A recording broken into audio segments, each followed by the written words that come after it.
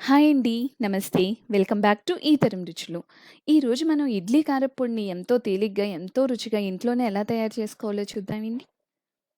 ముందుగా స్టవ్ వెలిగించి పాన్‌లోకి 2 spoons oil తీసుకోవాలి. అందులోకి 10-15 మీడియం సైజ్ ఉన్న ఎండుమిర్చిని తీసుకోవాలి అండి. వీటిని మీడియం ఫ్లేమ్ మీద లైట్‌గా కలర్ చేంజ్ అయ్యే వరకు దోరగా వేగనివ్వాలి అండి.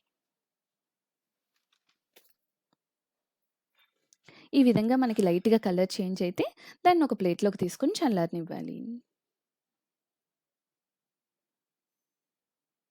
ఇప్పుడు అదే పాన్‌లోకి మనం కడిగి ఆరబెట్టుకున్న కరివేపాకుని తీసుకోవాలి అండి. దీన్ని ఒక 5 మినిట్స్ పాటు మీడియం ఫ్లేమ్‌లో దోరగా ఇది క్రిస్పీగా అయ్యే వరకు వేగనివ్వాలి అండి.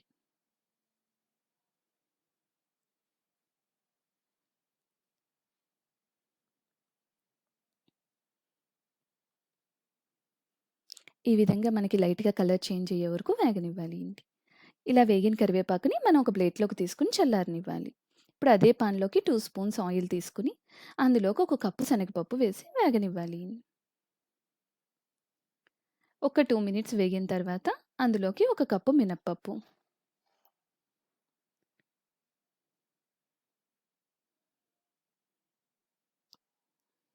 ఇలా ఒక 2 మినిట్స్ కలుపుతూ మీడియం ఫ్లేమ్ మీద వేగనివ్వాలి అండి.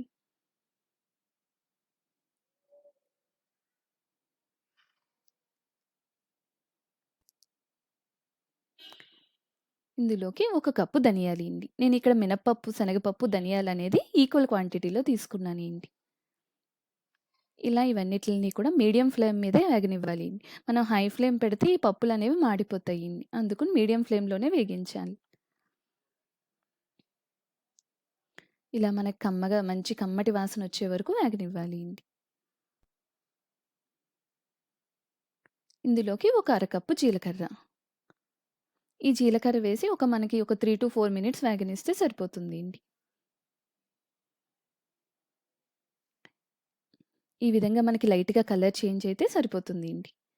ఇవన్నిటిని కూడా మనం ఒక ప్లేట్‌లోకి తీసుకొని పూర్తిగా చల్లారనివ్వాలి అండి. ఇప్పుడు ఒక మిక్సీ జార్‌లోకి ముందుగా ఎగించుకున్న ఎండుమిర్చి, కరివేపాకు వేసుకోవాలి.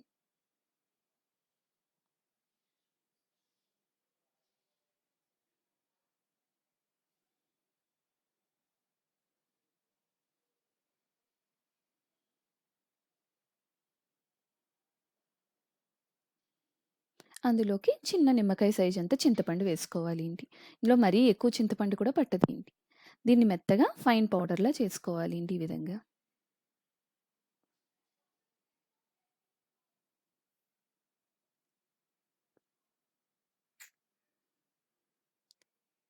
ఇందులోకి వేగించి చల్లారబెట్టుకున్న పప్పులన్నిటిని వేసుకోవాలి.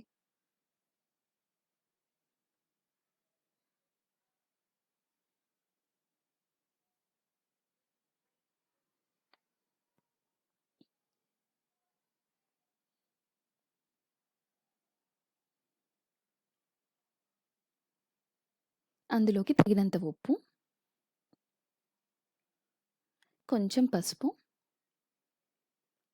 10-12 వెల్లుల్లి రెబ్బలు వేసి ఈ మొత్తాన్ని కూడా మెత్తగా గ్రైండ్ చేసుకోవాలి అండి.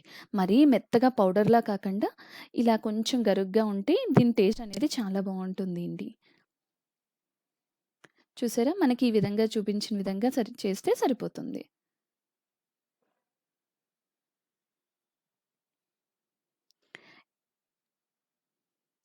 ఇది ఇడ్లీలోకి, వడ, దోస, గారి అన్నిటిలోకి కూడా చాలా బావుంటుందండి.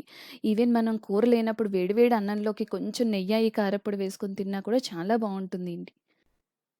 దీన్ని ఎయిర్ టైట్ కంటైనర్‌లో స్టోర్ చేసుకుంటే 2 నెలల పాటు నిలవుంటుందండి. ఇలా ఎంతో తేలిగ్గా ఈ కారప్పొడిని చేసుకోవచ్చండి. మీరు కూడా ఒకసారి ట్రై చేసి మీకెలా వచ్చిందో మాకు కామెంట్ సెక్షన్‌లో కామెంట్ చేయండి. ఈ వీడియో గనుక మీకు నచ్చితే please like, share and subscribe ఈ తరం రుచులు. Thank you for watching.